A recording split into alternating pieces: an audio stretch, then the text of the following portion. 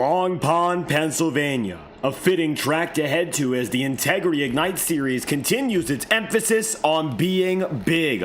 Once again tonight, we have more than 50 drivers coming in at a total of 53, which is the third most registrations we've had for any single race in league history. Wonderful numbers continue to accumulate as we've had amazing racing. Last week when we went at it, we only had 3 cautions for 120 laps at the Auto Club Speedway and a fantastic fight to the finish for the podium places. Tonight, with a little more racing room and even higher speeds, it should be no exception. Welcome back to the virtual Pocono Raceway, the 2.5-mile track in the Northeast, as we take the Integrity Ignite Series back for our third start of the 2025 season.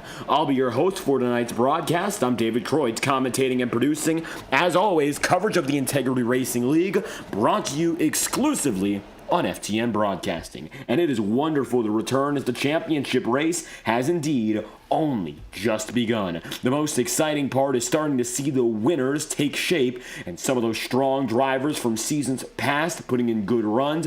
Last week, however, it was a full-time rookie who got his first victory of the year. While a part-time driver in the campaign, it was number 27 of Blake Cannon who got the victory. Blake right now, we don't see him on the circuit. There's Sebastian Miller in the number 83, another man who would look for his first win tonight if all went his way.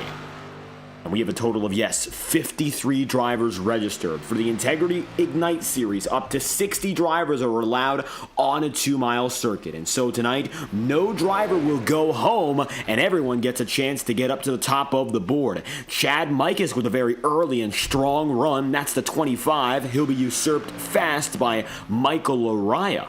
Watching out now, Blake Gordon getting an early time in. He's the number 13 in 9th right now. And DJ Stagner goes P1 quickly. He's got Jack Drucker, Daytona winner, right behind him, and there's Jacob Fife in 3rd. Banging the wall there for the 64 of Stagner. Don't think he'll get a chance to put another top time up again, but one man, and of note, he just went up to the top of the board, is making his triumphant return. That is Ethan Lane in the number 6. This Ford Mustang is a driver and a force to be reckoned with. He qualified for the NASCAR Coca-Cola iRacing Series on his speed last winter. And he's definitely one to watch out for. All-time Octane Series wins leader, and it looks like he's making his first ever Ignite Series starts. And currently, he's at the top of the board with that pole position by a full 1/10 of a second. Something's telling me with Ethan Lane at the front of the field tonight, it won't be all too fun for anyone else trying to make their way through. Stagner sits 2nd, Drucker is now 3rd, Jacob Fife is comfortably in 4th, and the top 10 goes back to Chad Mikas in the number 25. He's 25 100ths off the top 10. There's Gael Brooks. Brooks on his warm-up lap right now. Doesn't look like he's put a full-speed lap in just yet.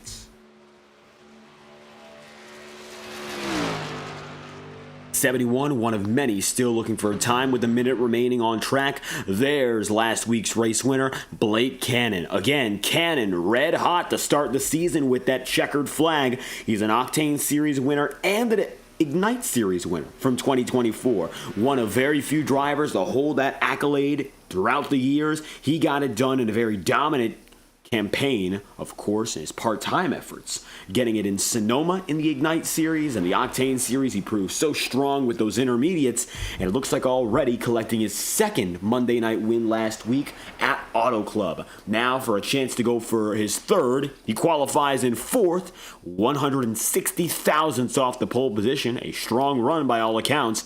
Cannon accompanied by Joe Dinsmore. Dinsmore now 26th on track. It looks like Gael Brooks is 43rd as it stands. Definitely looking to make some improvements here in that 71. And lastly, there's Sean Carmody, the number 40. He'll back it down and in, and he'll switch gears as he makes it to pit road. The 40 of Carmody making his 2nd start of the campaign, qualifying above the top 25. Jacob Fife there in 5th, but it's evident already that Ethan Lane's speed is back in full force. The 6 of Lane captures the pole position. here in Long Pond. His first start, his first pole, and he's looking to convert it for a first race victory in his Ignite Series career.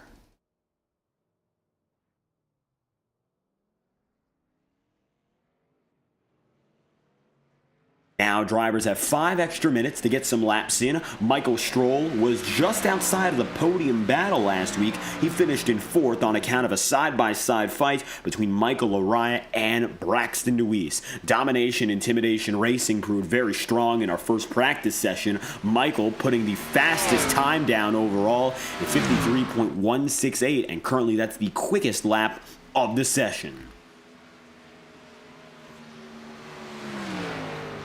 Michael among many others who's taken to the track, but before we look downstairs once again, let's get to know the field from top to bottom. It's a big one once more with more than 50 drivers registered, but it's about time we learn the faces and names of your starting grid here from the Pocono Raceway. And inside of row number 1 will be Ethan Lane capturing his first pole of the season. DJ Stagner for Swamp Motorsports takes second, one of the strongest drivers in FTN's history at the 2.5-mile tracks, and coming off a top 10 run at Daytona just 2 weeks ago in the Highline Racing League. Jack Drucker, Daytona winner in the Ignite Series, starts in 3rd. Blake Cannon, P4, and Jacob Fife is 5th in the Pro Powder and Paint number 36. Matt Press in the 60 starts in 6th place, and 7th spot on the order will then be Nicholas Ward, with Tyler Hensley 8th, Michael Araya 9th, Sam Nieto in 10th, and Chad Mikas 11th place. Matthew Thunhorse then goes 12th place on the order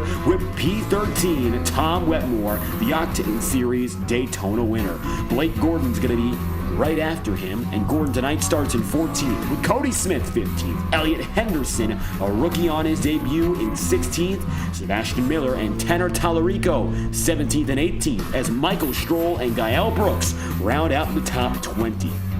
You'll have then Rob Ackley finding the number 22 in 21st. Paul Mikolajczyk starting then in 22nd. Kyle Cooper and Sean Carmody just ahead of Nick Tarbuck to end the top 25, with Cole Freilich, Joe Dinsmore, Vinny Tigner, and just after him, Thomas Bresci and Justin Morton concluding the top 30. 31st on back will then see immediately after 31st place Will Riker, Ronnie Osmer, Jared Davis, Brendan Bernhardt, Josh Christman, and Dackle Parka. Finishing off that top 40 will be Brent McClendon, Casey Shue, Brian McFerrin, and Brandon Lambert, with the rest of the field going as follows. 41st will be then Josh Gallagher. 42nd will then, of course, be defending champion Braxton Deweese. 43rd is Andrew Hamilton, with Cal Filarski, Don Stevenson, Ryan Vaughn, Adam Littell, Boomer Logan, and Cole DeRosiers, Andrew Schaub to end the top 50. 51st is just after in Don Runkle. Brian Perry is 42nd, and it's then going to be Adam Wood, 53rd and last on the starting grid tonight. It's a huge field, and they're once again getting ready to work things out. The Integrity Ignite Series heads back to Pocono, and it heads back in full force. That's your starting grid from Long Pond. So far in our 3 races this season, not an event has gone by without under 50 drivers. Rather, we haven't seen under just yet. We've seen more than 50 in every race so far. Currently, it looks like there's Chad Mikas on the way, and that's the number 25. He had some troubles last week, looking for recovery. Daytona, we saw a total of 58 drivers take to the track at the World Center of Racing. Then subsequently, when we went to the Auto Club Speedway, we had 54 drivers register and 53 take it to the green flag. It looks like once again we're going to see 53 drivers get it started tonight, and the expectation is that all of them will be able to make it through the opening lap. Tonight is going to be notably a little bit shorter than what we've seen as of late. 70 laps and 175 miles, which compared to Auto Club Speedway, which was 120 laps and 240 miles, is just under 2/3 the length.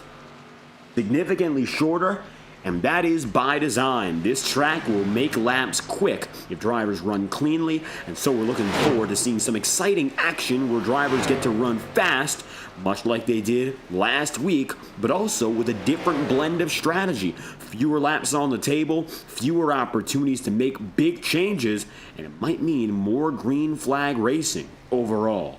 Though we only saw a total of 3 yellow flags last week, maybe a chance now. We see a little bit more to come with green flag action up next. Tom Wetmore with the top time on the board here in final practice, and he's going to shoot up to the top with a 53.171. Drafting speed is very much comparable to qualifying speed.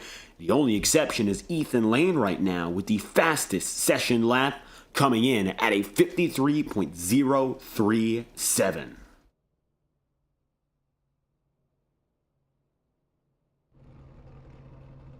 Starting grid is jam-packed with drivers. And Ethan Lane right now, not going to be one of them on the circuit. We're waiting on him, but we are not waiting on a few of your notable guys. We've got Jack Drucker there in the number 56. Looks like now in the front row, going to pile up. There is DJ Stagner in the number 64. And of course, your number 6, Ethan Lane. If there are any picks in the broadcast booth tonight, I'll be one to say that Ethan Lane is a very early race-winning pick in my mind. Ethan is checkers or wreckers, and more often than not, he finds the checkered flag. He is the all-time winningest driver in the Integrity Octane Series, and by proxy, in the modern era of the Integrity Racing League, he is the winningest driver. Outright. He had one win in 2023. It came at Rockingham, but if you look at his stats last season, he was able to come away with 14 pole positions and 14 victories, and did so in 24 starts in the Integrity Octane Series. He's a 15-time winner in the modern era, but never once has those race victories transferred from the Tuesday night tour to the Mondays. So there's a little bit of a challenge for that number 6 in Ethan Lane. He's going to have to prove that he can do something he's never done before tonight. Very infrequent do we see Ethan Lane challenged. Well, tonight that'll be the case. He's got a strong field with Stagner and Drucker, and of course defending race winner Blake Cannon right behind him. Of note, Jacob Fife, he's gotten himself off to a strong start in the Octane Series, bringing it back to victory lane. Maybe a chance to go for 2 consecutive Integrity race wins, even though they're separated by week. Interesting to see whether or not he'll hold out and do just that. The Pocono Raceway has been on the schedule since 2023, but as we look atop the 2.5-mile circuit tonight, this is an old configuration, going back to the 2016 scan of the track before modern reconfiguration and repavement. Ever so slight differences. The track circuit is very, very familiar in terms of its racing surface, but aesthetically speaking, it's much more as it was in the past decade rather than currently. Nevertheless, conditions are great for drivers tonight. Very mild, 65 degrees, partly cloudy skies, an ambient temp of 65, and a track temp of 69 degrees. Winds are northwest bound, currently at 11 miles an hour. All in all, it's a very favorable setting for the driver. I don't think there will be all too much worry as to whether or not the track will boss them around. But tonight, the number 6 of Ethan Lane is looking to show his talents from previous years persist. 1 lap to green this time by. And once again, an additional shout out to the Integrity Racing League for making this possible. And by this, we mean, of course, bringing so many drivers onto the track once again and proving that quality racing can come through. Ethan Lane tonight in that number 6 will lead a field of 53, and we've got them all from start to finish. All the way back in the tail end of the field right now is your 53rd man in Adam Wood, and with them guys like Gael Brooks, Brian Perry and the like. There's Perry right now in the 62. He's making his first start of the year. He's a part-time driver. We saw him last year as well. Wood, however, as we speak of him, doesn't appear to be on the circuit just yet. Might be missing the start as we take a look back up front. Ethan Lane at the helm. He's got himself the pole position, the best place to be. The Pocono Raceway, modeled after 3 famous racing circuits. We'll talk a little bit more about the history of this circuit and what it does today in terms of the stock car racing landscape. And we are set to go green. Drivers pass through the tunnel turn one more time. And by this point, it's about time we go racing. Chris DeWeese in the chat room looking out for the Braxton DeWeese fan club. Braxton, he had a great run last week. Finished inside the top 3, just barely getting himself that second place finish. He'll be starting pretty far back tonight, though. 42nd as it stands for Braxton. Your defending champion's going to have to work his way up in the number 1 tonight. And you can see him now just obscured by Andrew Hamilton. It's a tall order to make it all the way up. And with the driver we have at the pole position, I'd be hard-pressed to say that anyone can do it. But the challenge is on for the field tonight as Ethan Lane gets to test his skill in the Integrity Ignite Series, going toward the Long Pond Super Straightaway's end and into Turn 1. Ethan Lane and DJ Stagner lead the field to green. Welcome to the Pocono Raceway. Ethan Lane is in control.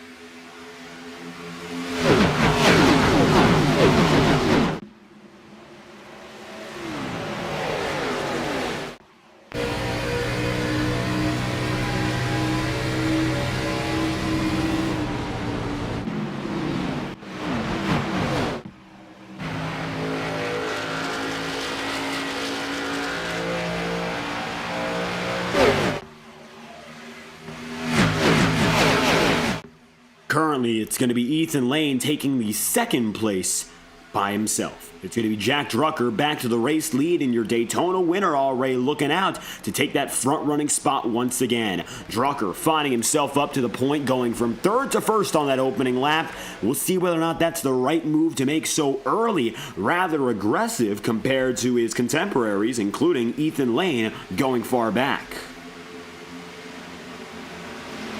Lane will take second place. He looks rather comfortable in that position right now. Doesn't seem to be intent on falling any further back, of course, but instead of taking the race lead and wearing himself out, he'll get back in the draft, which will prove ever important as the night progresses. Defending race winner Blake Cannon now finds himself in 3rd. Matt Prest, rookie in the number 60. He's there in P4. Looking a little bit further back, the mid-pack is largely single file. We take a quick look to 26th and Nick Tarbuck here, and it looks like while Michael Stroll is now blocking Blake Gordon, most guys are single file, and if anything, they're going 2 by 2. Not much to speak of in terms of overly aggressive racing. The Pocono Raceway is wide and it is long, but one of the things you don't see from it often is 3 wide and 4 wide racing, despite how long that front straightaway is and how many lanes there are available. Largely, that's because the corners don't come in right for this track. And we say don't come in right as in they're not meant for multiple drivers to come in at once. And that's where the design structure of the Pocono Raceway really comes into mind. First and foremost, we're going to talk about Turn 1 as drivers enter it here. Sam Nieto, 3 wide and boxed up. Nicholas Ward goes spinning. Big trouble for the 97. Caution is out. Lariah caught. Blake Gordon caught up big. And the caution's out. That's a big one. 3 drivers, 1 spot, and everyone had to give. Take a look back on the lap and we'll watch it unfold here as your first caution flies. Unfortunately, watching it with Nicholas Ward as our centerpiece right now, it looked inevitable coming out of Turn 3, and just seeing that contact come into play, horrible for these drivers because more than just 3 got involved here. Check it out. Sam Nieto was in the mix as well. Sam found himself on the way up at the time of the incident. We'll ride on board briefly here as they go through the tunnel turn. Watching an instant replay of caution number 1, Nieto was just behind, and he got a real good run here coming on Nicholas Ward as they went side by side. And this side-by-side racing led to them going 3 abreast, and so this is where the issue really begins. Nieto's on the bottom in the number 2, Lariah is high in the 44, Ward is in the middle in the 97. Nieto high, into Ward, into Lariah, 1, 2, 3, and they all fall down. Nicholas Ward caught up real bad here. Blake Gordon goes careening into the inside wall. Tanner Tallarico makes contact as well with Rob Ackley and then gets shot on his right front as Nick Tarbuck ends up getting turned as well. There's the 29. He goes sliding into the inside wall. Sean Carmody with a nasty hit. Thomas Bresci in the air. And you see, the more we look at, the worse it gets. But at the minimum, 7 drivers involved with copious amounts of damage. There's Lariah, there's Nicholas Ward. Last week we had a 2-car incident to start the race. One looks more like 7 or 8, and very, very serious damage as there's Don Stevenson getting perhaps the last piece of the contact. Horrible news for all those afflicted here as a lot of drivers decide to head down and in. According to timing and scoring here, it looks like position number 1 still held by Jack Drucker. Drucker wins the race off pit road, and with them comes the 60 of Matt Press, DJ Stagner, the 64. Ethan Lane drops back to 6th, although it appears now anyway, he is comfortable where he is, and I think that's the way it's going to stay for the opening portion of this race. Unfortunately, a big wreck for these guys. Not sure how many are going to retire as a result of that wreck, but damage that could be race-ending. Braxton Weiss getting on his way, now 47th. But you see here, Carmody's on pit road. He is stalled out. Nick Tarbuck in the front end is damaged. The 24 of Bresci there. Gael Brooks now getting back on his way. Tanner Tallarico's front end was peeled off. There's Blake Gordon, of course. Here comes the 71 of Gael Brooks. I think all things considered here, a few drivers can get away from it, but we're expecting maybe one retiree as a result of that caution. Yellow flag is out. Jack Drucker, your race leader. And so we'll go back at it once again. Restart coming in lap number 7. First of the night.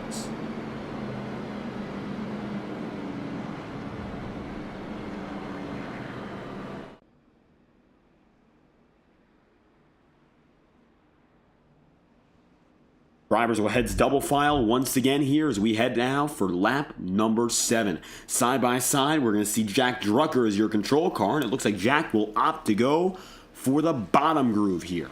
Drivers come down the front straightaway, and it looks like the 56 once again has himself up and ahead. Ethan Lane falls back a little bit here, but don't expect that to be a trend for the foreseeable future. Lane is going to find himself, of course, just riding up front, maybe in the upper middle pack, if anything, not concerning himself with being the leader for every lap. Now down to 21st, it appears. Going to be not the race leader in the slightest. Now going to find himself from a different perspective, having to make his way up. Biggest mover inside the top 10, 23rd up to P10, that is Kyle Cooper. Cooper's now gotten up a total of 13 positions on the day. Number 73, he's now rising further, and you'll see Kyle here on the outside of row 5, getting ready to settle things out in front of the field.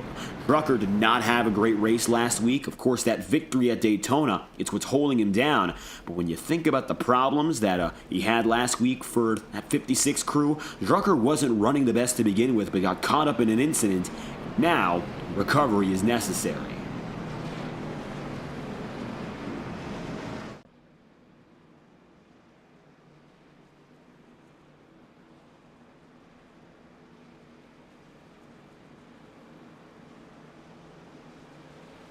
Side by side, heading toward turn 3.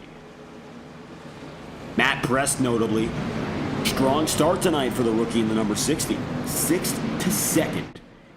Keeps this up, he might find himself with a chance for a top 5 at the minimum. So far ahead of the field with this early track position will pay off in dividends. First pit stop cycle, we saw it under yellow, but there's still a lot of time for drivers to go in for what will be at least one more mandatory service. 56 Drucker gets the jump side by side with Matt Press. He'll bring the inside with them, and it appears that only Press can match the force of the bottom groove. First restart's on its way.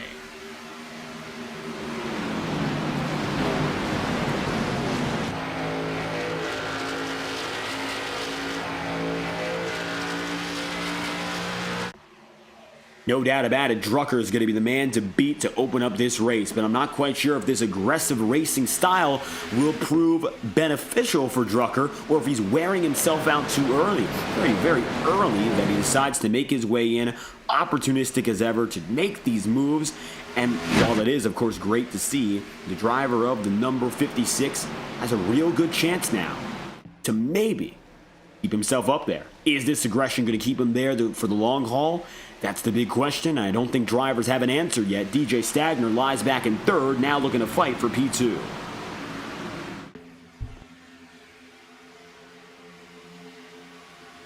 Chad Mikus in number 25, 11th up to 4th, up 7 on the day. And Mikus is another driver who's looking to prove those 2024 results weren't flukes. He was running inside of the top 15 for the majority of last night. The only problem was that by the time we got to the final pit stop cycle, he made a critical error and found himself out of it by the time we got to the checkered flag. Now, Mikus learning from that early kerfuffle, not necessarily a big issue, wasn't any damage per se, just bad cycling, and as a result, having to take a back steep. And now, it looks like he's gotten himself up front, better qualifying spot, and he's relying on it very well. Ronnie Osmer in the 55 is up 22 on the day to go from 32nd up to 10th. And speaking of our retirees, as a result of that last incident, Blake Gordon, Nick Tarbuck, Sean Carmody, all done and done as a result of that game. Of course, the incidents.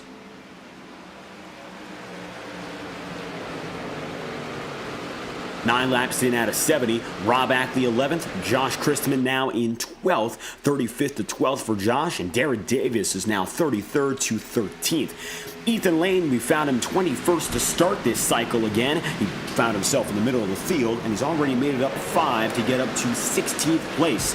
He's got a lot of time to go here, and I think these drivers, again, who are in the upper mid-pack, have the big advantage. Although they might not be leading the way, they're going to get themselves involved in good battle, keep themselves in a good position with respect to strategy, and if fuel becomes a big issue, then it really is going to come down to who saved and who didn't. When you're leading the way, you absolutely cannot expect to save fuel. It's almost impossible to do so when you're up all the way in front. And so for Jack Drucker, well, he's got to realize that. That's the big trade-off of being the race leader right now. As drivers go through turns 1, of course, and now come up to turn 2, the big thing about that turn, the first turn, is that it's different than any other that remains at any current circuit. Pocono Raceway was modeled after 3 famous racing circuits, and only 2 of them exist to this day. Turn 1, however, the track it was modeled after, has been demolished. No longer exists. That was the Trenton Speedway. The circuit had banking akin to a Daytona or a Talladega, and that's why it's the highest speed turn in the entire circuit. Take a look as Jack Drucker goes through turn 1, and you'll see what we mean.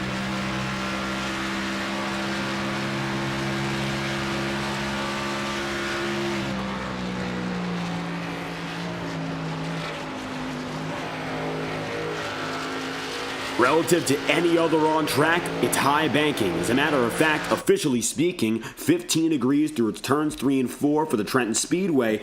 And if you've ever seen the track, it really was unlike any other. In Trenton, New Jersey, as it was for 80 years until it shut down in 1980, the track was previously the host to the Northern 300 and NASCAR Winston Cup Series and CART, which was open wheel racing at the time, and the Trenton 150 until 1979. It was a mile-and-a-half circuit, best known as the Kidney Bean in its final run from the 60s to 1980, and that's where that turn was, of course, sourced from. And while turn 1, of course, that replica is all that's left, it gives these drivers a good opportunity to build that momentum and use it as they power into the opening segments.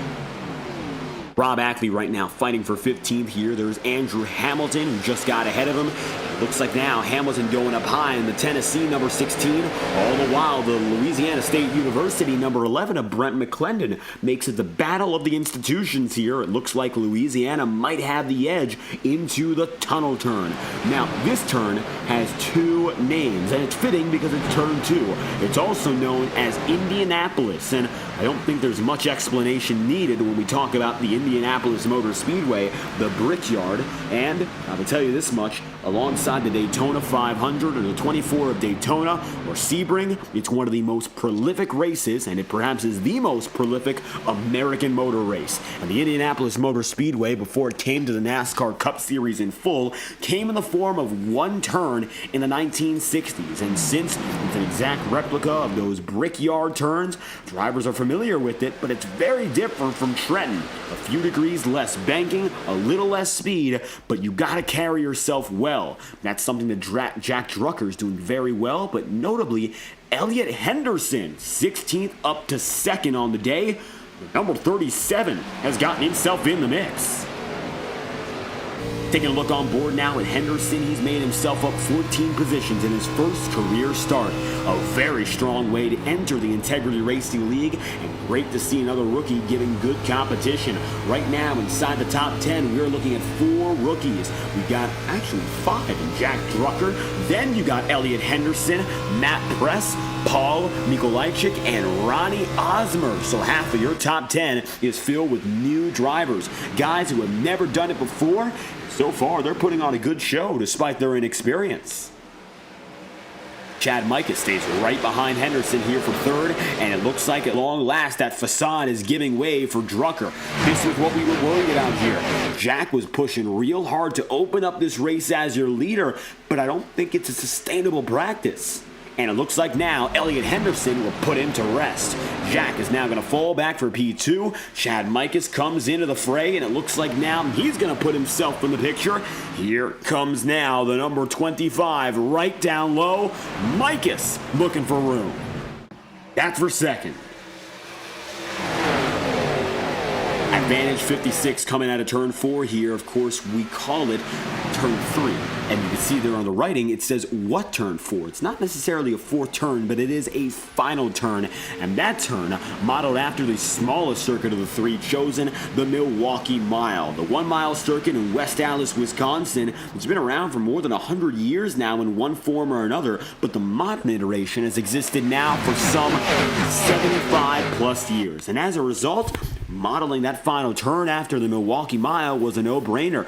Less banking than any other turn, significantly different, not a lot of speed you carry through. Nevertheless, it's a great challenge for these drivers who want to figure out whether or not they've got the stuff to handle the very versatile Pocono Raceway. And you can see, turn 3, you need to be down there on that bottom if you want to have the best run out. Corner exit, you maximize it through turn 3. Corner entry, you maximize it through turn 1. Such is the nature of the Pocono Raceway, and that's exactly what drivers prioritize as the night goes on. A little bit of contact there for Sam Nieto, it appears, as Sam actually got away from that previous incident. As you noticed, he was diving on the inside of that 3-wide kerfuffle, and even though Michael Araya, of course, got a lot of damage, as did Nicholas Ward, well, it looks like now Sam Nieto is still fighting, even though he got very close to a destroyed number 2. Sam right now is battling for 23rd place with Cody Smith in the Next Level Racing Chevrolet. And as always, our friends at Next Level Racing have you covered here at the FTN Broadcasting, of course, network and the Integrity Racing League. Next Level Racing has been with us since the end of 2022, and brand ambassador Cody Smith has represented them very well. Visit nextlevelracing.com and use promo code Integrity24 for 5% off checkout for any and all orders. The premier place for your sim racing hardware needs, and they've got themselves high-level sim rigs, sim racing wheels and stands, and partnerships with illustrious brands such as Ferrari. No better place to go than Next Level Racing. And right now, no better place to go for Cody Smith but the top side of the track as he continues to battle against Nieto here.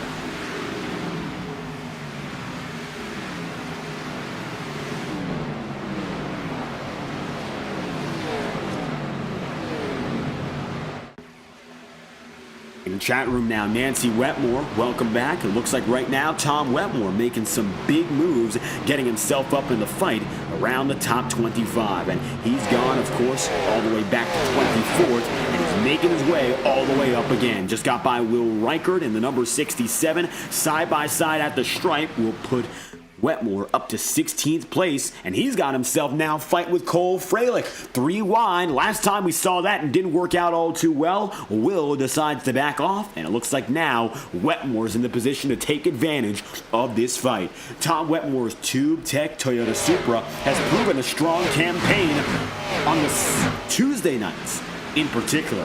While of course he's a double doer, he's doing the Mondays and Tuesdays this year. He got a pole position locked up for Daytona. He got his victory in the Octane Series, not the Ignite Series. Wetmore is overall a top 3 winningest driver in Octane Series history. He is right behind Ethan Lane and Michael Araya, and is tied currently with Seth Noel. Currently, however, in the Monday Night Tour, he doesn't have any wins to speak of, but we're expecting that if Wetmore gives it a 30-race campaign, one of these days he'll pick one off and get that checkered flag. Cole Fralick now in the number 15 looks behind and tries to get even with Will Reichard. Will tries to get up there and make a pass coming from the outside looking in, but it looks like Fralick still has just enough to hang on, and he'll keep that race lead. The race for 15th, that is, 15th and 16th. Andrew Hamilton has made the most moves of the night of anyone inside the top 15. Andrew has gone 43rd up to 14th. Talk about gains. This man has made it up nearly 30 positions, and it's almost impossible to do that. The man ahead of him, which is Josh Christman, has made up a total of now 22. 35th to 13th. So, in total, these two drivers have made up an unbelievable amount of position. Officially speaking, at the line, they've made up 51 places. And remember, there's 53 drivers who were registered and 51 drivers who started. So between Josh and Andrew, who are now side by side, they've passed the entire field to get where they are right now. And that just goes to show the level of competition all throughout the field here. Someone who qualifies in the back half of the pack, someone who qualifies in the bottom 10, can make it up to the top 15 and race comfortably against legends of this league, multi-time winners, former series champions, and make it look pretty easy. Elliott Henderson has been your leader for the past give or take 5 laps, but it looks like now Jack Drucker has put himself back in front, back in order. There's a blown motor coming down pit road, and we're going to take a look now what's going on. Seeing some trouble now for Cole DeRosiers in the number 23. Cole is 49th, and his motor is gone. That's his race. DeRosiers in the 23 comes down and in, and it looks like he's going to have to retire prematurely.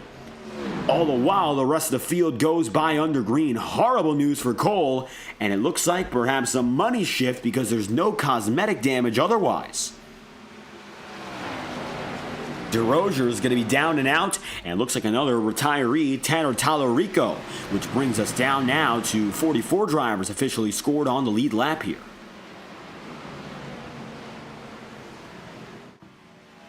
So seeing some troubles for those guys in the back of the field. Jack Drucker going to come across the line once again. That number 56 leading once more, and it looks like the aggression early didn't wear him out, at least just yet. Has enough speed to take it back to P1. It's going to be still the number 37 of Henderson following behind, and Ethan Lane in the number 6. Wow, he's back up to 3rd place. We haven't mentioned him. Last time we did was when he was in 16th. Now he's already back up inside the podium, and we mentioned it would not be easy with Ethan Lane at the helm. Tonight, he's proved it once more. Ethan's now side by side there with Henderson. That's the overtake for 2nd place. Now only one position stands between Lane and the race lead, and he'll have his top spot all over again if he makes it by Jack Drucker. Lane is looking to do what he's done many a time before and win, but he hasn't been able to do so in his first start of the season. Even in his illustrious campaign last year, he burst onto the scene fast in Atlanta, but was not able to win. Sometimes Ethan Lane's speed gets the better of him. That's one of the only weaknesses he has as a driver all around. He is rapid, and he's unbelievably consistent with his speed. But when he makes mistakes, oftentimes they are self-inflicted, and they can be severely detrimental. Either he's looking for extra grip, trying to make a move and might slide out of the way, or put himself up high looking for an extra groove and get up in the wall. Those are some of the common errors we saw out of him in 2024, and although he was able to win 14 races, he didn't win them all. Although he did win more than half of the starts he participated in and nearly won 50% of the entire Octane Series season.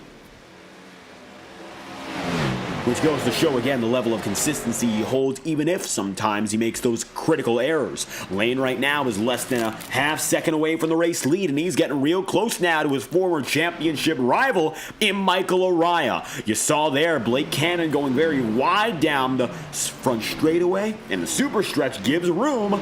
But again, nothing too serious in terms of making passes. Cannon remains in 14th. Lane is getting closer. Take a ride on board now with that number 6 machine.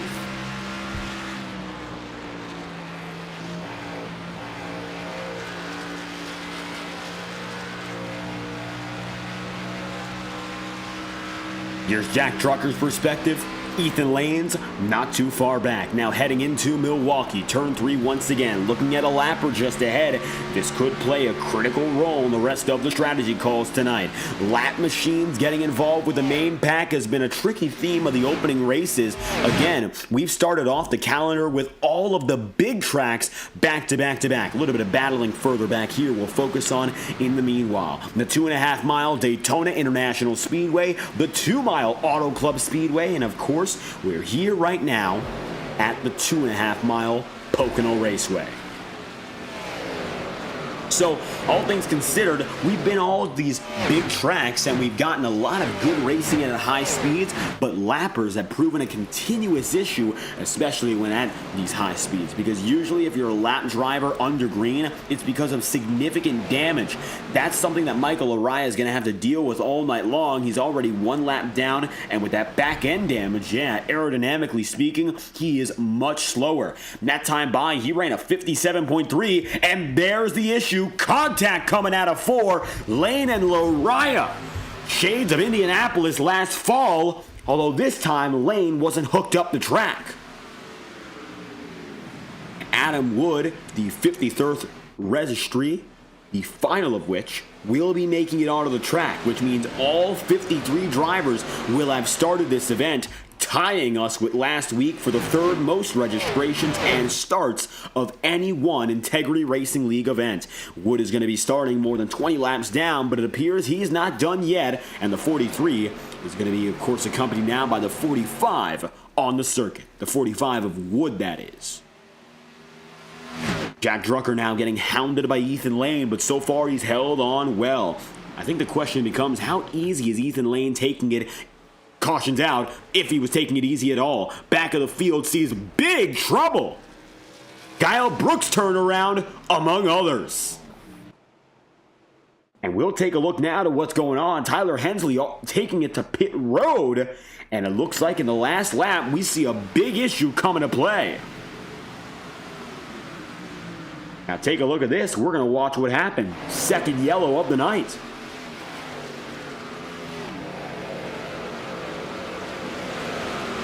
"27 laps in out of 70 here, and looking to see if our angles capture exactly what occurred as the caution flies.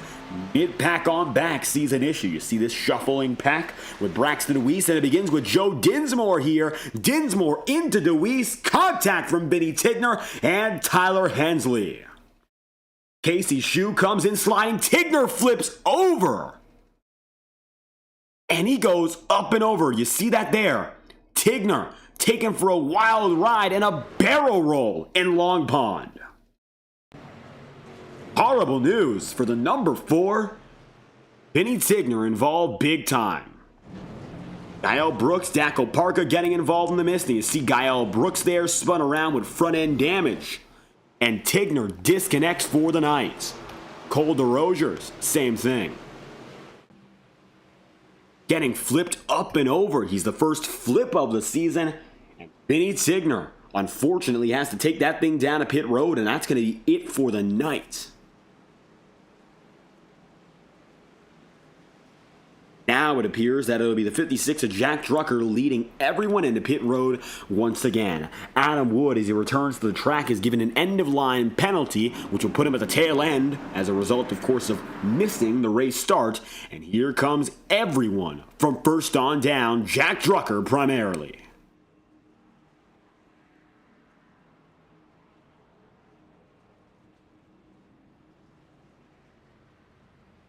Drucker going to be accompanied now by Ethan Lane up in front. Let's see which of them makes it off of pit road first. Lane went from 21st up to 2nd on that run, but he got comfortable in P2 and looked not to force the issue, maybe waiting for an error out of the 56. But this time by, it appears that Lane will get the advantage and make it ahead of Jack Drucker. So does the number 60 of Matt Press, with now Chad Mikas and DJ Stagner concluding the top 10.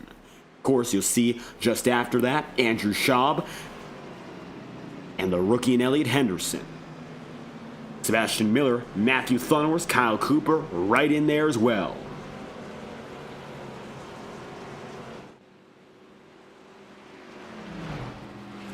Drucker's got the race lead. Ethan Lane's going to be there second. Matt Press is P3. So now the podium going to be made up of drivers who all started inside of the single digits. So very familiar drivers relative to where it all began.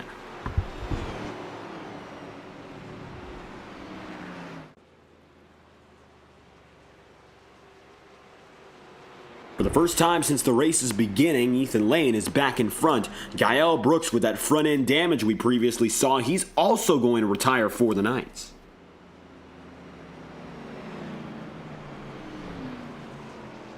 So slowly but surely, we're starting to see those drivers fall out of line.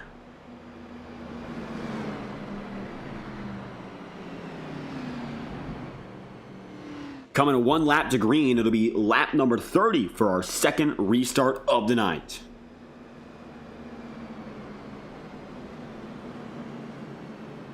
Ethan Lane and Jack Drucker find themselves first and second. Number 37 right now of Elliott Henderson is just behind. Elliott making his first Ignite start of the campaign. And it looks like right now he's running strong. Giving a little bit of a bump there to Chad Mikas. DJ Stagner will be assigned him in the 64. Notably, Swamp Motorsports is doing good tonight. Sebastian Miller is 17th up to 7th. And of course, DJ Stagner, his teammate, who's been to the top 5 all night long, is there in P5 again. Brian McFerrin going to retire, and it looks like now 39 drivers on the lead lap. So from 40th on down, we got 13 drivers who would appear not to be with us. Adam Blattell here going to find himself all the way to the back, 53rd and last, according to timing and scoring. Otherwise, a few more retirees piling in lap after lap. Tyler Hensley's one of those guys who is not retired, but he is a lap down in the number 5 here with some critical damage. Michael Araya is 2 down, got some more damage repaired, and is still racing in 44th. So still more than 40 drivers are with us, but only 39 are scored on the lead lap.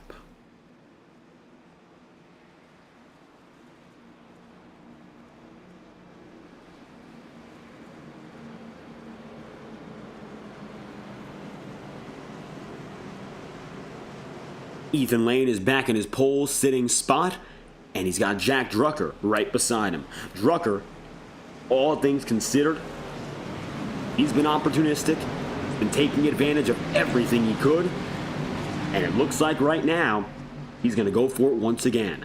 The 56 of Drucker going to be right alongside the all-time winningest Octane Series driver as he's on his quest for his first Monday night victory. Green flags out, Lane's got the lead, and at lap 30, we come alive again.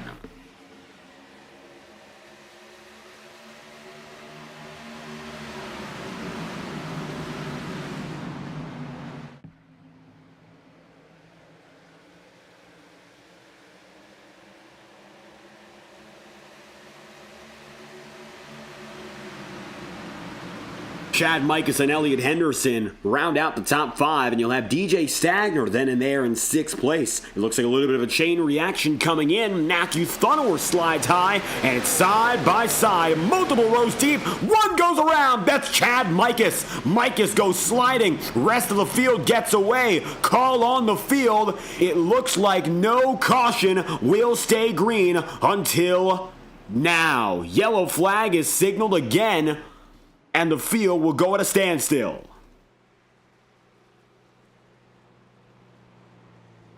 Caution's out. And unfortunately, we saw that one fold through, of course, unfold right ahead of us.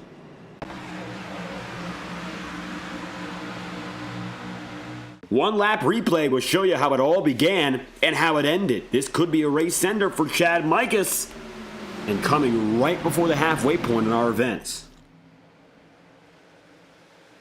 Chad was side by side with Elliott Henderson, came up the track through turn 1, and it looks like he was good on the way through.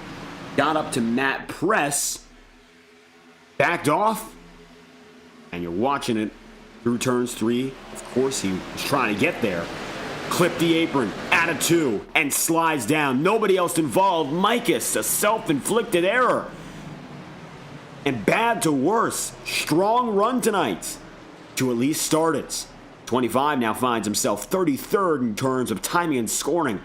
Very far back on where he'd like to be, without a doubt.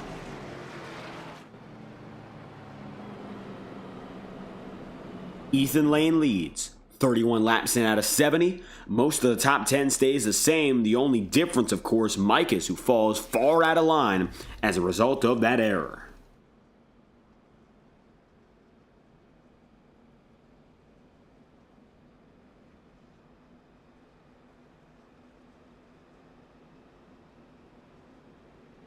Coming to 2 laps to green, and so our third restart of the night will come for lap number 33.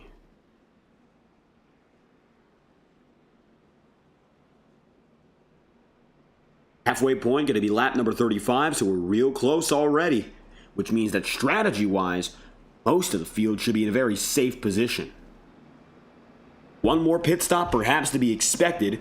Doesn't appear, based on the most recent yellow flags, it would be mandatory or necessary, but to keep up with the new rubber, it's most likely going to happen regardless. Last pit lap for the entirety of your top 10, the entirety of your top 20, and it looks like most of your top 30, lap 28. Some drivers most recently going in for lap number 32 and then back, so some drivers are going to go for new rubber to get that slight advantage for the next coming laps. But overall, with us being so close to the halfway point already, these last few laps under yellow end up rather unimportant. Most of the field will be almost identical on tire strategy anyway. Now the difference becomes what's going on for the rest of the race. Tire saving strategies will be the difference makers as the field gets ready to go once again.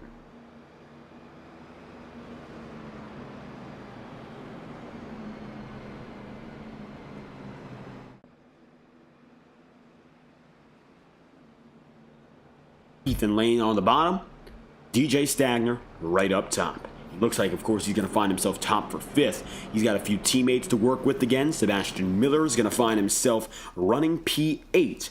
Kyle Cooper, he's gotten himself some big gains tonight. And the number 73 is still finding himself up inside of the top 10. 23rd to 9th on the day. And for 22nd and 10th, it's Paul Mikolajczyk there in the number 77. And it looks like both these drivers who accompanied each other on the starting grid remain with one another currently. 21st to 16th last time by was Rob Ackley. Looks like he's in about the same position thereabouts. And he's going to keep himself there for this restart. Domination Intimidation Racing with some trouble after that last caution, but still, a few of their drivers are running strong. Chad right now going to find himself further back on the order, but you'll see for the DIR guys, Michael Stroll is in 15th here. Ackley is running in 16th. Nick Tarbuck, of course, one to always look out for. He's going to find himself scored in 50th tonight. So DIR maybe not going to be doing the best of jobs compared to usual. There's still a whole second half of this race where they can improve.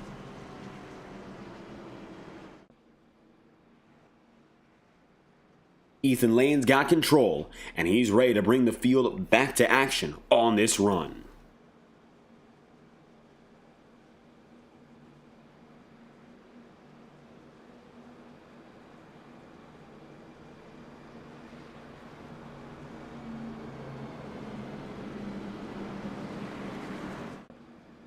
Ethan Lane got a good jump on that last restart, but it really didn't turn out to be all too much on account of such a quick yellow flag. So we'll figure out whether or not he's got the pace to hold off Jack Drucker this time by. Either he let the number 56 go last time through, or Jack Drucker really took it from him.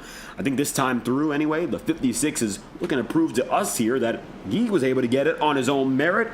I think Ethan Lane right now is looking to show he doesn't really have anything to prove. He'll hang on to what he has and not concern himself with anyone behind him.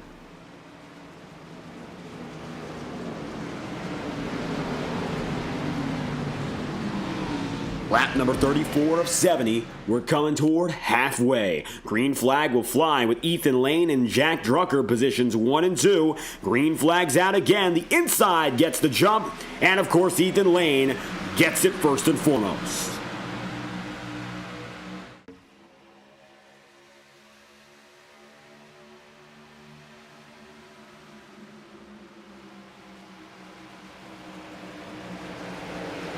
Tom Wetmore squeezing 3 on Elliott Henderson and DJ Stagner. What a move there for the 69. Getting him up now inside the top 5. And he's now gaining big. Wetmore making it up to 4th place in a 3-wide maneuver. Up next for him going to be Jack Drucker. Matt Press now runs 2nd, but again Ethan Lane has gotten away for the top spot. This is where we of course figure out whether or not it's going to be Ethan Lane versus the world, or if everyone else is going to keep him very honest.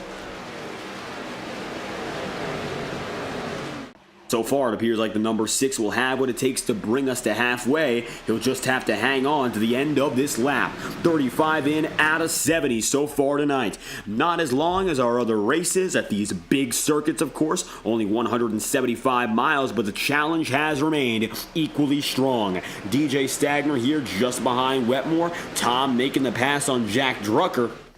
And it looks like now a little bit in the wall there for Cody Smith. He's going to get himself out unscathed, but that could have been much more serious.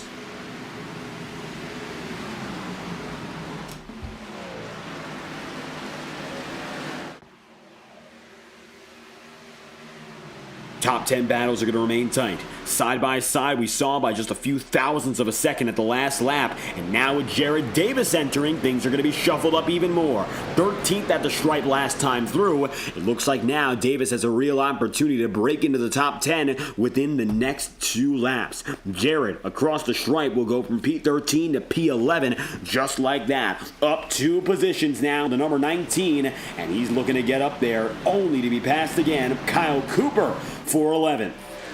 Cody Smith heads up high, Brent McClendon right there with.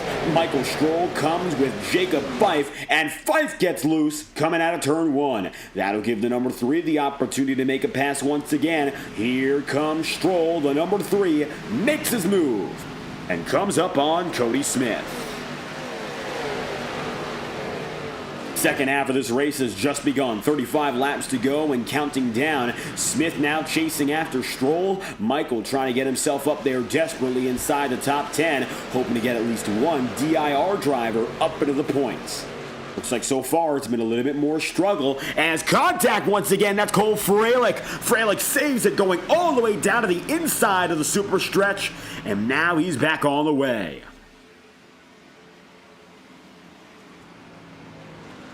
Three wide. Ronnie Osmer goes deep.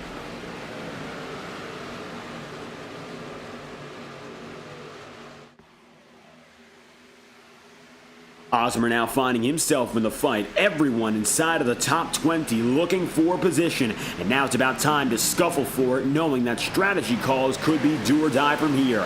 Chad Mikus on the apron trying to scrape up any final points he can get. He currently runs 40th, 4 laps down. Freilich on the bottom. Up top is McClendon. Morton there with Osmer. And up high, there's one who wiggles. And that's going to be Brandon Lambert. Lambert in the 46, really losing himself through 3. Luckily, with very little banking, he drifts up safely. Wow. Brandon, a little bit of backside damage. You can see it there on the left rear. Rob Ackley going to be with Brandon Bernhardt, and now you're seeing smoke billow once again. It looks like still tires being scraped off big time. Casey Shue might be the culprit here in the number 4. Casey going to get up high and stack up that top groove. Rob Ackley boxed in. So is Brandon Lambert. Now it's going to be toe-to-toe again. And looks like now Andrew Hamilton taking the pass once more. That's going to be a quick one on Casey Shue. Hamilton gets himself up to 21st. All the while, your race leaders have remained stagnant. Ethan Lane is looking like now he's finally getting that Ethan Lane rhythm back. He's your leader, and he is far and ahead. Got himself 0.8 of a second, and it looks like lap after lap, he is actually gaining more time against the rest of the field and picking up speed. Side by side, Elliott Henderson and DJ Stagner. Henderson down low, Stagner up top. Still side by side, and it looks like the 64 Stagner getting the edge down the back straightaway. That might be the only advantage he has, but he'll make good use of it.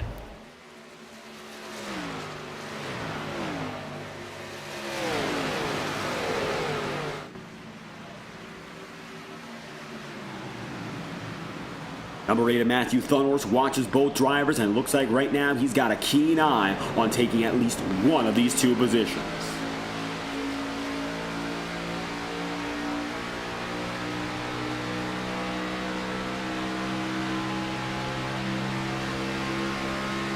Riding aboard with Matthew, currently 6th from 12th on the grid. He's made up 6 spots. So he's at about the middle point between his drive for victory and where he began.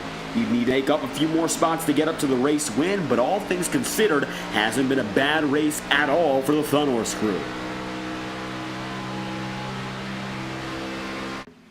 Matthew going to be running just behind. There's Sebastian Miller once again to number 83. It looks like right now Swamp Motorsports double top 10s with DJ Stagner, of course, leading the team in 4th place. 31 laps to go. Justin Morton side by side now with Blake Cannon. Cole Freilich, despite almost losing himself entirely, was able to save things and keep himself up and in front at the line. Freilich is still scored in the 16th place.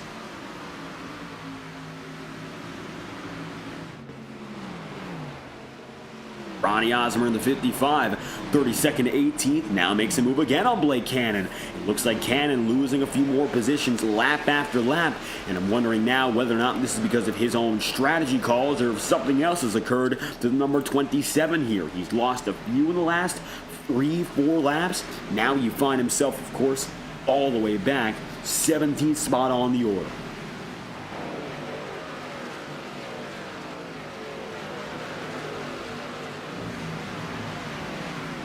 Coming down the back straightaway once again, the 27 of Cannon here with 30 laps to go. Still a lot of time to spare before the job is done. But from qualifying 4th now to finding himself P17, definitely not making gains on the day. It looks like, unfortunately, he's been rolling backwards.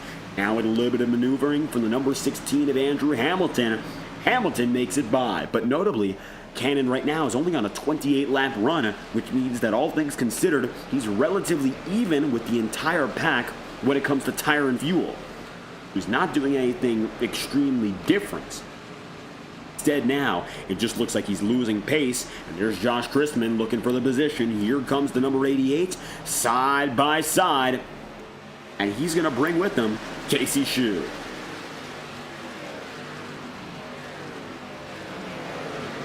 Brandon Bernhardt and Brandon Lambert are now coming through as well, so you'll see double Brandons going at the 27 of Cannon.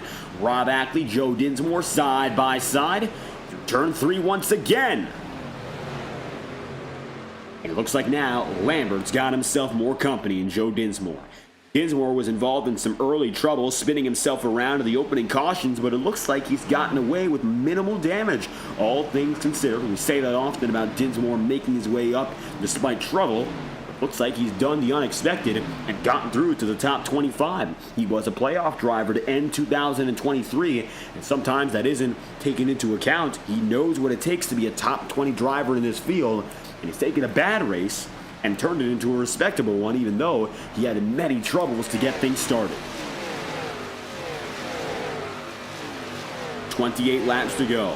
Your top 3 qualifiers remain inside the top 4. DJ Stagner second to 4th. Jack Drucker starting and currently running in 3rd. And of course your pole sitter and Ethan Lane finding himself still your race leader after all that we've seen through a total of 44 laps up and in front. Not much of a surprise to say that Ethan Lane still remains as your race leader here with 27 laps to go. More than a second ahead of Matt Press that time by. And you'll see then Jack Drucker in the 3rd position here. He's going to find himself 2 seconds back, still trying to make some gains as he rides behind your 2nd place driver. Take a ride on board now with Drucker as he fights for P2.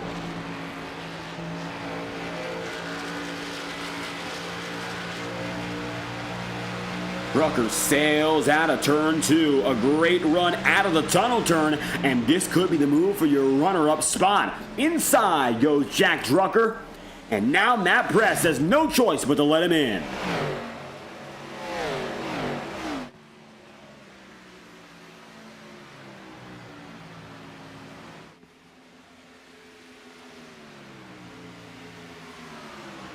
Drucker got close that time through, and especially coming out of turn 2, just not able to complete the pass. 26 laps to go.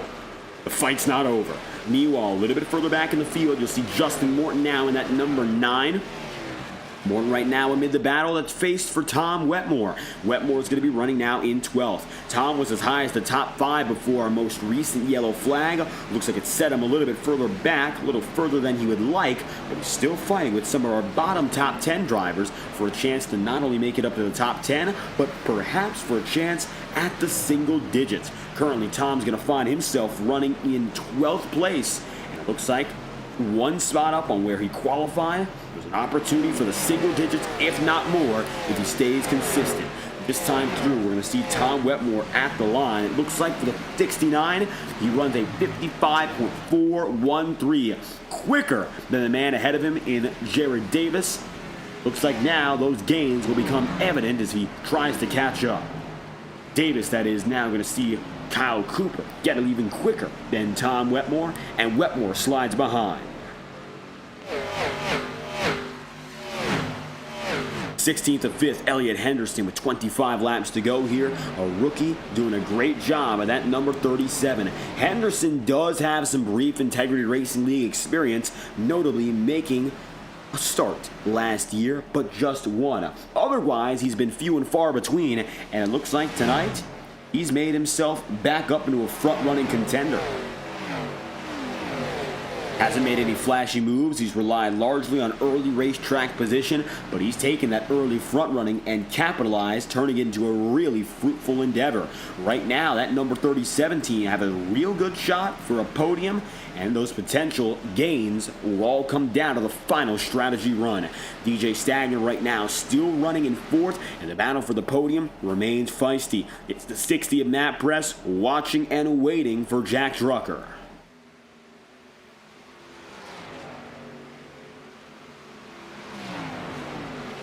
Drucker still has the edge though. Taking a look off his rear view perspective, Matt Press has just not found his way up.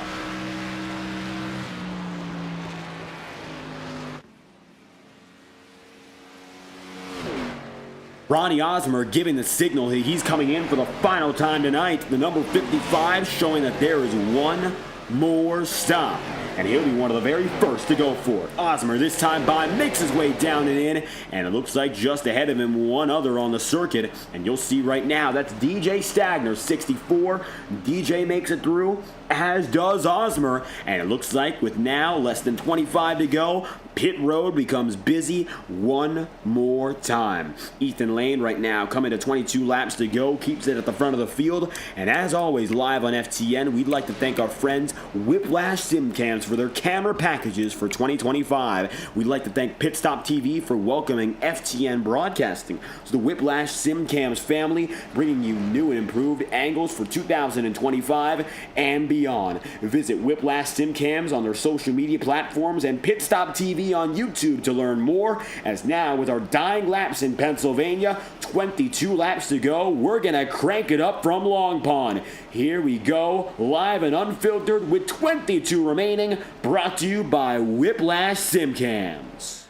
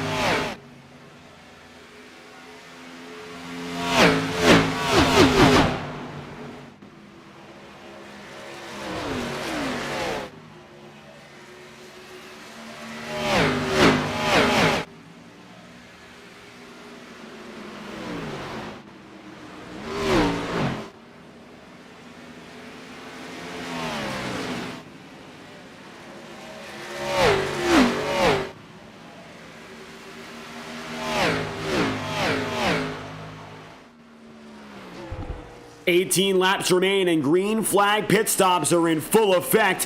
Ethan Lane finds himself 6 seconds ahead of the rest of the field, and so I figure that now Ethan Lane is the race-winning favorite by all accounts. Yellow flag still could fly, but currently it looks like the number 6 is far and away as he expected to be. Currently it's going to be Michael Stroll who finds himself P2. Third place is Matthew Thunhorst, and fourth is Sebastian Miller.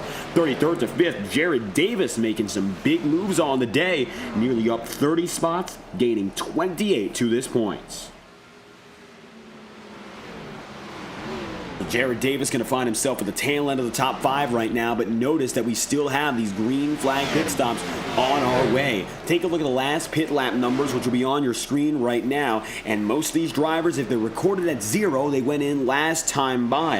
A few other drivers just went in, and it looks like Justin Morton, you can see him making his way in right now, whereas the majority of the top 10 is still waiting. Last of which is most likely going to be Ethan Lane, but Morton just dropped through, and we're still waiting to see what happens for the leader Ethan Lane, as he has final service still anticipating him either this time by or in one of the many next coming laps.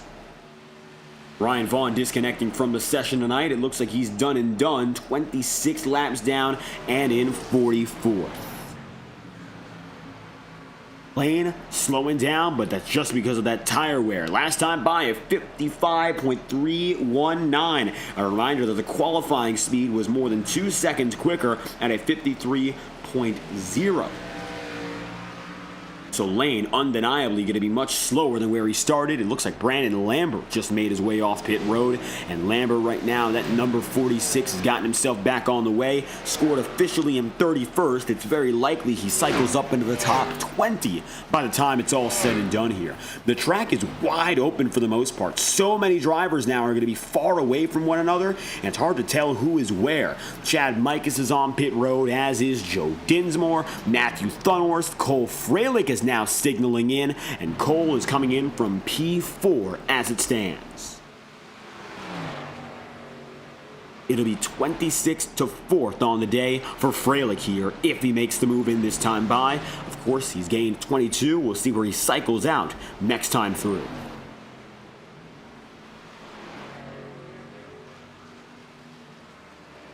Number 15 makes it official, drops in. Looks like Josh Christman now giving the signal as well in the number 88. But Ethan Lane has not given any official confirmation. All we know now is he's much slower than those drivers on new tire.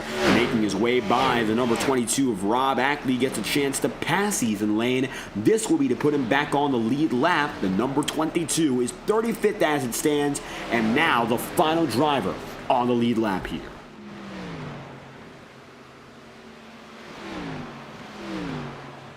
Looks like Ethan Lane still holding on, 15 laps to go. That final pit stop is inevitable right now, and he has no competition with anyone else in terms of making it in.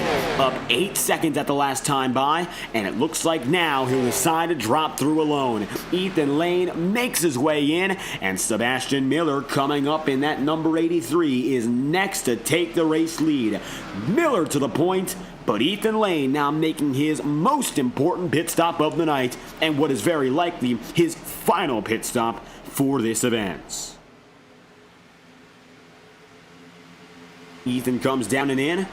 Now the number 6 machine has that final service. Tom Wetmore going to be up next to get by. Tom will be scored in second for now, but Ethan Lane, of course, gives away control, and big news at that. Rest of the field now getting a chance to fully recycle. Sebastian Miller still has not come down to pit road, and he's going to have to very soon.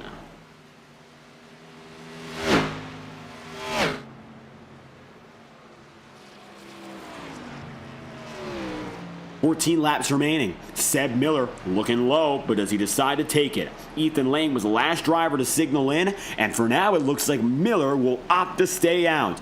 Ethan Lane, last time by, according to timing and scoring, still not reflecting where officially he is. He was second last time at the line when he entered pit road, and it looks like now, as he's far behind drivers who have still not gone down to pit road, Lane would be scored, give or take, 17th place. And now he's making gains on drivers just ahead of him. You see Ronnie Osmer there, and you see Matthew Thunhorst. Across the line, going to be nearly 3 wide here. Thunhorst going to be moved on, as is Osmer. Osmer now already behind the number 6 of Lane, and it looks like Matthew Thunhorst is next as the number 6 dives into Trenton and takes the position. Ethan Lane, a man on a mission now to finish the job. Elliott Henderson, one of the final drivers that Ethan will have to deal with. And it's very likely right now that this is the man who's the difference maker. The driver who is scored as your net race leader on the strategic call. Rest of the field here still has to make their way down a pit road. Sebastian Miller again has not dove in. He keeps himself out on the track, coming through the tunnel turn once more. Turn 3 is up next, and coming to 11 laps to go. It looks like now Seb Miller, he's going to try to hold out as long as possible, maybe awaiting a caution. It still is very possible.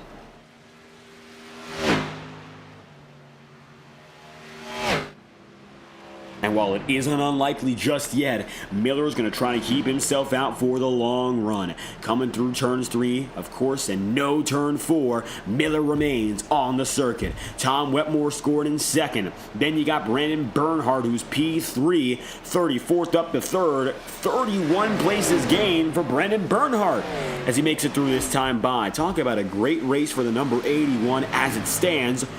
Hopefully he cycles out well, because right now that might be the only thing that keeps him up in front, even the top 15.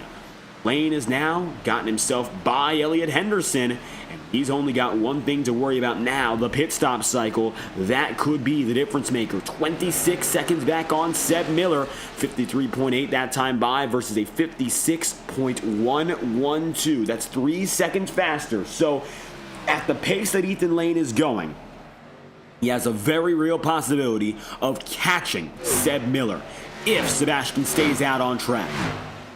But it doesn't mean it's going to work out.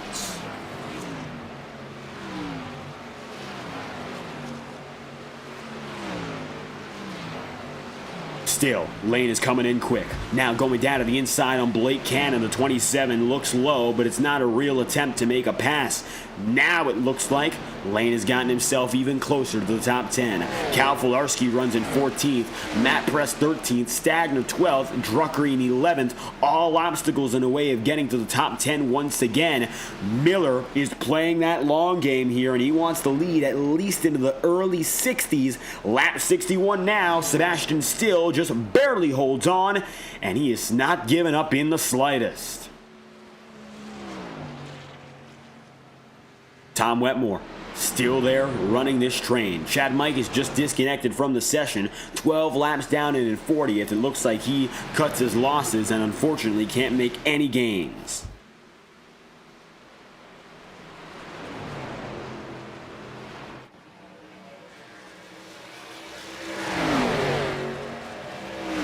Nine laps to go, this time by. Sebastian Miller still holding fourth. Wetmore is going to remain that second place driver, and these drivers in total, none of them have signaled in. Don Stevenson to the inside now, trying to take that runner-up spot, and it looks like now it will be with Stevenson. Ethan Lane up to 14th at the line. He's now a total of, according to timing and scoring, 21 seconds back. He's gotten closer, but not close enough just yet.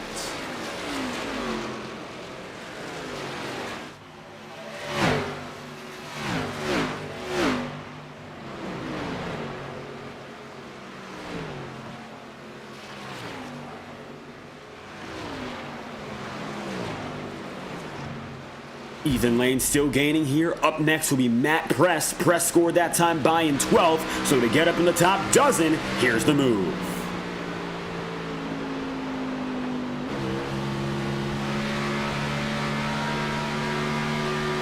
Still following is that number 60 of Press, but it looks like with the drive into the corner, Ethan Lane does what he needs. Gets by Will Reichert as well. 11th place, 20 seconds back with 8 laps to go. Now Sebastian Miller can say, at least in a more comfortable sense, he has the lead and he's holding on out. It looks like he's going to go for this long run and stick with it. It's not a matter now of going in late. It's a matter of staying on the track. Miller leads. Further back is his teammate now in 10th, and while I don't think he's going to act as any line of defense here, Ethan Lane still has a long way to go if he wants any chance to finish the job as your race winner. Stagner on the wall that time by. Stevenson 45th up to 2nd currently. Now it looks like DJ's going to see Ethan Lane get even closer. 7 laps to go. DJ again in the wall ever so slightly here. Lane getting closer, biding his time, but it looks like he's losing time the more that we go through. These final laps would need an amazing performance out of Lane to make up 18 seconds. So the only thing that he can rely on is perhaps a mistake in these numbers, but crunching them, the 83 looks to be in a comfortable position. Sebastian Miller has never won an Ignite Series event in his career to this point. One of his best ever runs came in the form, of course, of USA International Speedway last year, where he battled between, of course, the driver of the number 13, Braxton DeWeese, who was 13 last season, and eventual race winner, Jacob Fife. And now, of course, it was Fife and DeWeese he battled with beforehand, but tonight, he is up and ahead, and he looks to be alone. 6 laps to go. Miller still there. Stevenson and Bressy now are your top 3.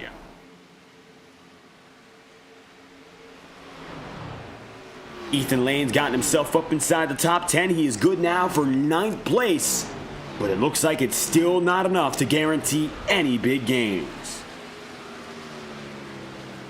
Casey Shue, 37th, of course, 38th up to 7th. He's gotten himself up more than 30 on the day as well. These big movers are becoming rather common in the top 10. That's something we've seen throughout the early races. 45th up to 2nd for Don Stevenson. 29th to 3rd for Thomas Bressy. Brandon Bernhardt, 34th up to P4. And of course, the 38th to 7th we mentioned of Shue. And not to mention 31st to 12th for Will Reichert here, who, while just outside the top 10, has put together a very commendable race and what has been, of course, a very strong opening start for the rookie in the 67.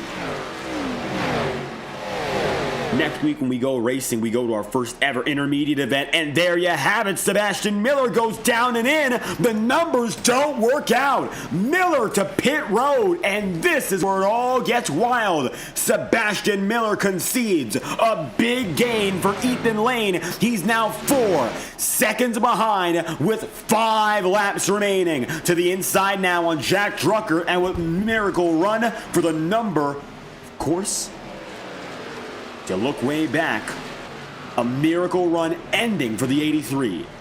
Here's how it goes now. Ethan Lane with a very real chance.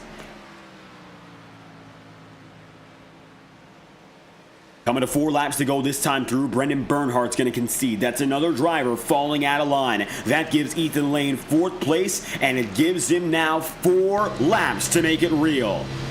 Don Stevenson, 45th up to 1st, is your race leader, and he's committing to it more than anything else, but you can see he's puttering through these laps.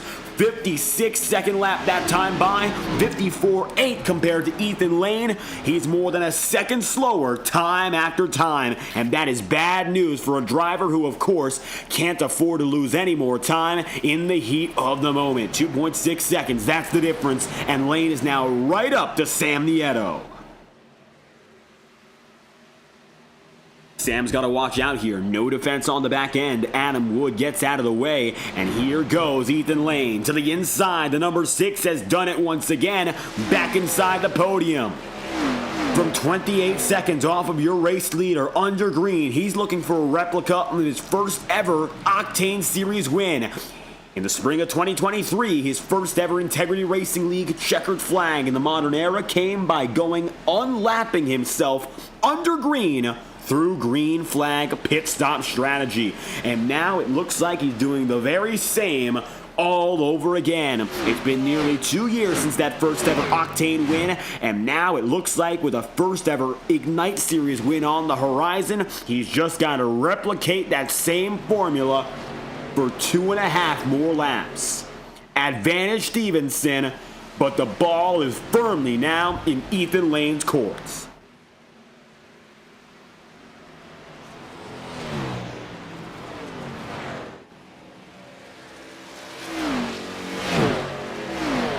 Now it looks like Thomas Bressie can't hold off any longer. 2 laps to go, 1 more position to gain for second place, Ethan Lane. 0.8 of a second for Don Stevenson. I don't know now if he's got what it takes to hang on. He is still up and ahead, but Lane through every corner is picking off 0.1 of a second at once. And it looks like unless Stevenson has an ace under his sleeve, there's no way to defend. Coming down into the tunnel turn, the 6 of Lane is dramatically quicker, and he's looking to make the move in the next coming lap. Lane won't have enough speed to dive in unless he risks it big, and that he does!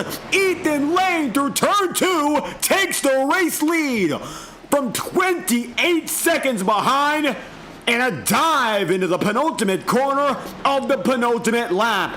Ethan Lane is up in front, and he only has to go around now for 1 more circuit. Final lap in Long Pond, Pennsylvania. Ethan Lane has only 2.5 miles to complete a dream victory.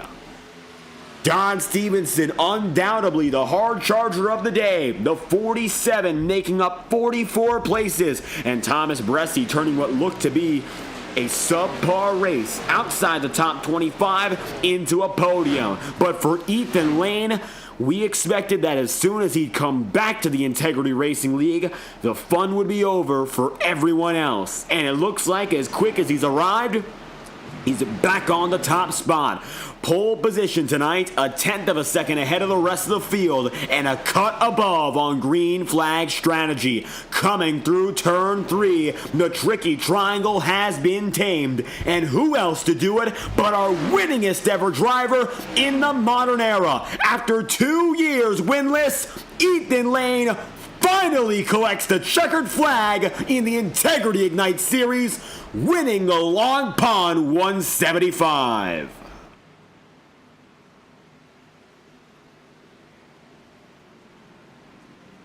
A well-awaited victory that finally comes to fruition. Ethan Lane, welcome back to Integrity Victory Lane, and finally, you've done it on a Monday. Don Stevenson, an incredible effort to gain 44 on the day. Sam Nieto barely takes that final podium spot, ripping it from Thomas Bressie, who then finishes 4th.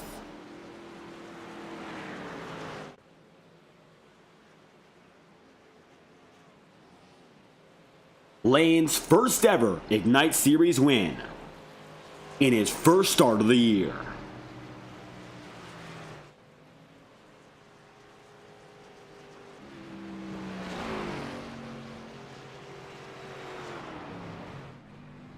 And now, it's about time the number 6 burns it down to celebrate.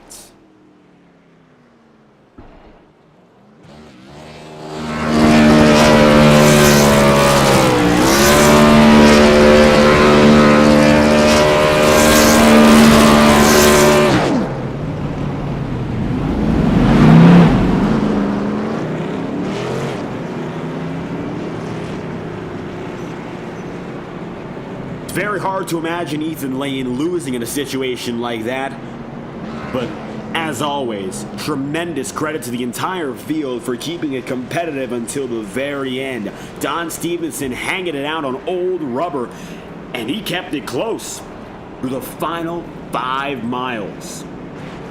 And again, more than 40 drivers and 70 laps, 170 plus miles, and only 3 cautions, keeping us, of course, with that green flag battle to the very end. Commendable efforts from all, and wonderful job from Ethan Lane. Here are your race results from the Pocono Raceway. Ethan Lane wins, leading 30 laps on the day, the most of any driver, and finishing P1, of course, as he started.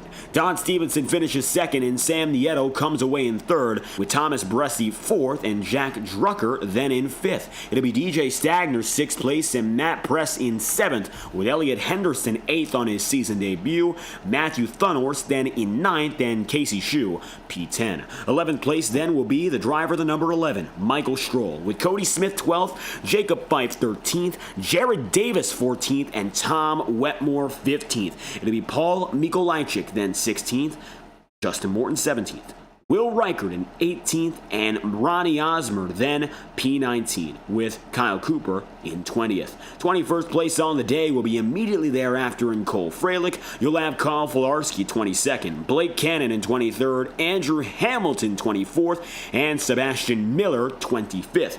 Gallagher, Dinsmore, Christman, of course. Then you have Lambert and Rob Ackley finish out in the top 30. 31st on the order could be Brandon Bernhardt, 32nd Boomer Logan, Brian Perry 33rd, Don Runkle 34th, Andrew Schaub in 35th. Ward, McClendon, Oparka, Lariah, Mikas finish out the top 40 with Tyler Hensley, Adam Wood, Brian McFerrin, Gael Brooks, Ryan Vaughn, Braxton Deweese, Vinny Tigner, Cole DeRosiers, Tanner Tallarico, and Nick Tarbuck, your top 50. Final drivers today, Sean Carmody, Blake Gordon, and Adam Littell. Your 53 driver field, they've done it again, and who else but Ethan Lane. Let's get a word from your race winner, and it looks like in almost identical strategic fashion to his first ever Octane Series win, Ethan Lane came back from nearly a half minute behind the race lead with less than 10 to go to turn an outstanding pole position performance and the most laps led into a first-time Ignite Series victory. Ethan Lane, welcome back to the Integrity Racing League. Yeah, man, it feels good to be back. I hated that we missed the first two races, especially our club. One of my favorite racetracks where we can rip the fence, but it's fine. We got our stuff set back up after the move and everything. So yeah, no, that was interesting. I thought I pitted way too late there. I knew I wanted the tire advantage and everything, and yeah, I thought I was gonna run out of laps, but we made it. Making it work out at the very end there. Two strategies splitting for the final some 20 laps. You decide to head down and in. A few other drivers pressing their luck and staying out to finish the race. How was it for you, and what led you to make the decision you chose upon to finish the night off? Well, I knew people would try to save from that where that last caution fell, so I knew what I just had to do was push the car as hard as I could, build as big of a gap as I could, and prayed that it worked out. I feel like if I pitted where Jack pitted, I wasn't going to make it back to Don or Sam or Bressy. So I had to wait out a little bit. I was kind of hoping it would go green after that first wreck. We were playing the fuel strategy where we'd go longer again, and be able to push all out those final 30 laps. But either way, it worked out. Just happy to be back. Happy to race against the competitors we have. Definitely a strong field this year. It's going to be a fun year. And a great place to start, of course, with victory lane in your first start. Now, you're going back to the Monday nights here in the Ignite Series. We haven't seen you here all too often. Of course, great success in the Octane Series. Next week, in the Monday nights, we're going back to Old Atlanta, an intermediate race. You've got yourself this first win, of course, to get things going, but how do you feel about maybe your next chances to keep the good times rolling for maybe a second consecutive win? Looking forward to it. Old Atlanta is one of those tracks that I thoroughly enjoy, no matter what car combo I'm running there. But we're also gonna be there on Tuesday nights. So we'll be there tomorrow night at Coda. But yeah, no, looking forward to it. B car is definitely one of my favorite cars when the setup isn't as tight as it was tonight, or it probably will be next week. So when we get to those like summer month races where track is hot, we're gonna have a lot of fun. Ethan Lane coming back and coming back strong. Victory here in the Pocono Raceway with a hard-fought strategic game. Any final shout-outs or comments you'd like to send? Of course, the floor is yours. Yeah, to you, David. Coming back again this year to broadcast these races for Integrity. Always fun to go back, watch it, see how other drivers are doing, and then to everyone over at Integrity who puts on this league and all the work they do. They definitely do a lot for everyone, and they put on a great league. Ethan Lane, P1 on the day here from Pennsylvania and coming through in the final two laps. Thank you for your time. Thank you. With Lane on the move, second place today, of course, our hard charger, going from 45th to start this race and making it all the way up to second place. That's the number 47 of Don Stevenson. So close to breaking out to kick the season off with the win. But nevertheless, Don, you made your way from the back end all the way to the front and nearly got the job done.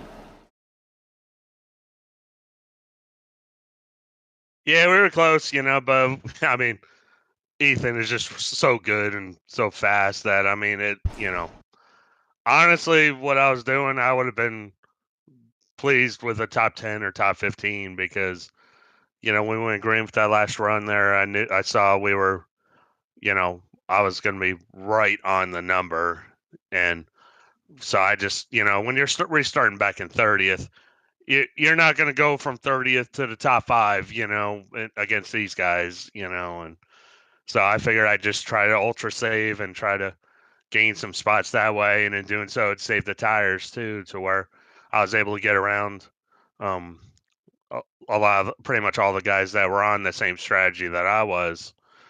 But Ethan just Ethan did what Ethan does. He's incredible talent. And really should be in the Coke series. But I mean, he's we're also glad to have him racing with us here too as well.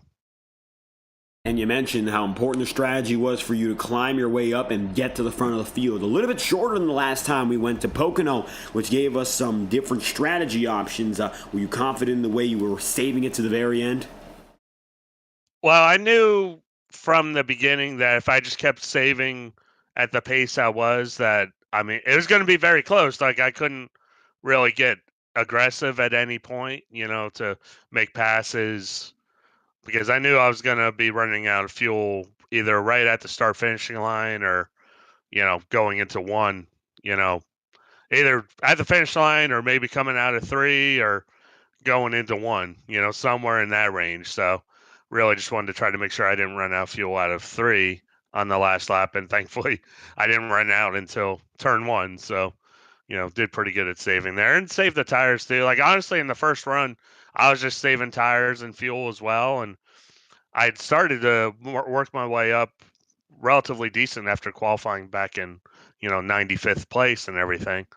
So I was worked my way up, and I felt like if the race had stayed green the whole way, like what I was doing was saving tires most importantly. Like I thought maybe I could get a top 20, top 15 finish just on pace outright, even though it didn't look like it, But I mean, we had that caution from 37 to go, and I was pretty confident I'd get at least a top 10 or top 15 finish, but I was pretty surprised that no one else was able to, over or jump us there on, saving fuel and having the track position to begin with.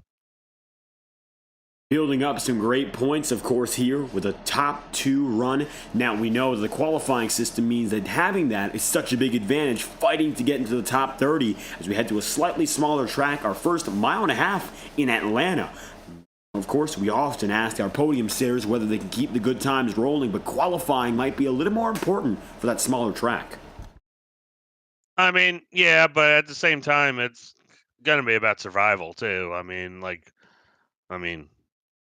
last week, I went all out trying to run the best qualifying lap I could, and I actually felt like I executed a pretty good lap, and I was about a tenth and a half off and qualified 28th, and was just right in the hornet's nest with everyone that was really racing extremely hard, and so I kind of decided this way. I wanted to be starting a little bit further back. That way it was easier to save tires, save, just you have more options when you don't have everyone right on your bumper and people going 3, 4 wide around you, So, I enjoyed tonight's race. We'll see what next week holds. We're at Atlanta, so that'll be a fun track. It's going to be about tire saving a lot. So hopefully I'll do better with tire saving there than I did in the next gen last week. Last Tuesday was a very disappointing race for myself and everything. But, hopefully we'll have a better run tomorrow night or next week and tomorrow night. And looking to keep on improving, and tonight, of course, a first step in that right direction, up 44 on the day. Don Stevenson, any final comments or shout-outs you'd like to send here? Yeah, I'd like to thank Next Level Racing and Sim Motion for sponsoring us this year. I mean, it's great having real companies here on board that are sponsoring us and supporting us. Thank you, David, with FTN. For the great broadcasts you're doing and everything, and keep up the great work and everything. And I mean, I've said it to other drivers in this league, but the competition in this league is by far the best competition I've ever raced against. Where like last season, I was able to finish top tens relatively consistently. That's not going to be the case this year. I mean, this year, honestly, top 15s, top 20s are going to be a pretty solid, pretty good race. Whereas last year, that type of race would have been a top 10. So, it's, you have to be, you have a lot less room for error this season, and I love it. Both the Ignite and Octane series, we've had a great turnout, and hopefully we keep the same turnout going throughout the year. Amid all that strong competition in a strategy game, Don Stevenson. And also, real quick, want to thank my lovely wife that allows me to race every week. I knew if I would have forgotten that, she would have been really pissed off at me in the morning. So, thank her, and thank all the admins and everything for everything they do for the league. Well, there we have it. Don Stevenson, nevertheless, second place on the day here from Pocono. Thank you for your time. Thank you. Stevenson on the move, one final driver to hear from, and someone who we didn't expect to hear from on account of how his race started. When things got going for the number 2 of Sam Nieto, he qualified strong enough for a top 10, but the race began with the first caution of the day, and he barely escaped it. Either way, 70 laps later, Sam Nieto, you were standing by with us, third place. Hey, David, how you doing? Doing well, and it looks like for the number 2 team, things came out pretty all right. I'm not really happy with the way I drove. I was slow and had to resort to saving fuel and caused a big wreck, and wasn't really happy about that, but I guess it was an all right day. And you mentioned saving fuel is such an important part of the strategy call. What led you to make that decision? Just being terrible.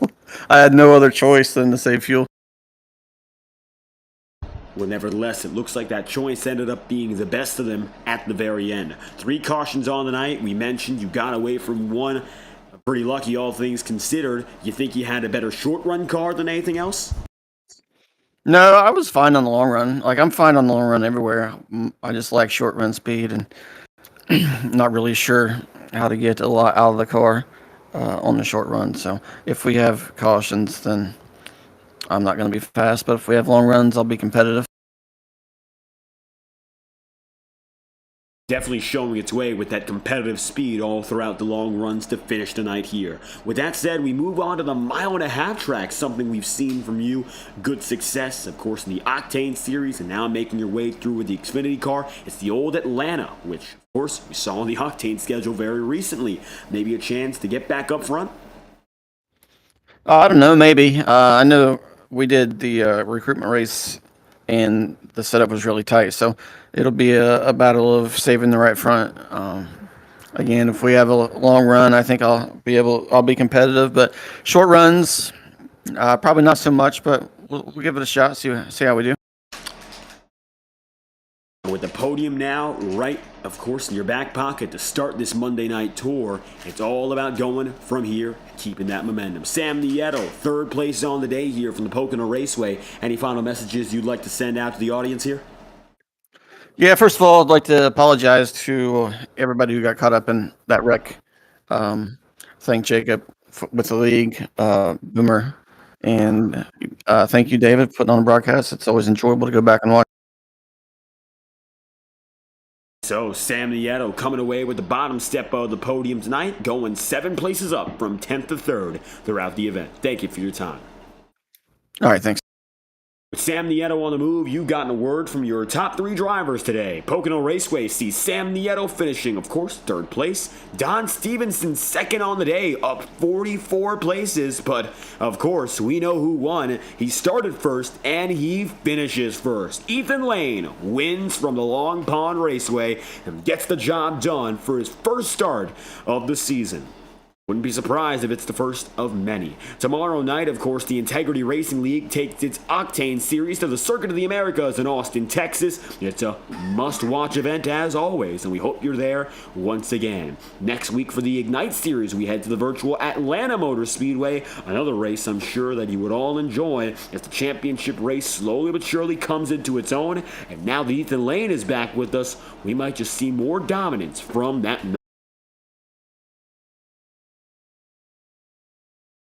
Live on FTN Broadcasting, you've been watching exclusive coverage of the Integrity Racing League and tonight's coverage of the Long Pond 175. Congratulations to Ethan Lane for coming through with victory, and Don Stevenson and Sam Nieto for coming through on the podium. If you enjoyed tonight's coverage, make sure to leave a like on the stream and subscribe to the channel. Your support is always greatly appreciated. Thank you for tuning in live on FTN. We hope you had a fantastic night.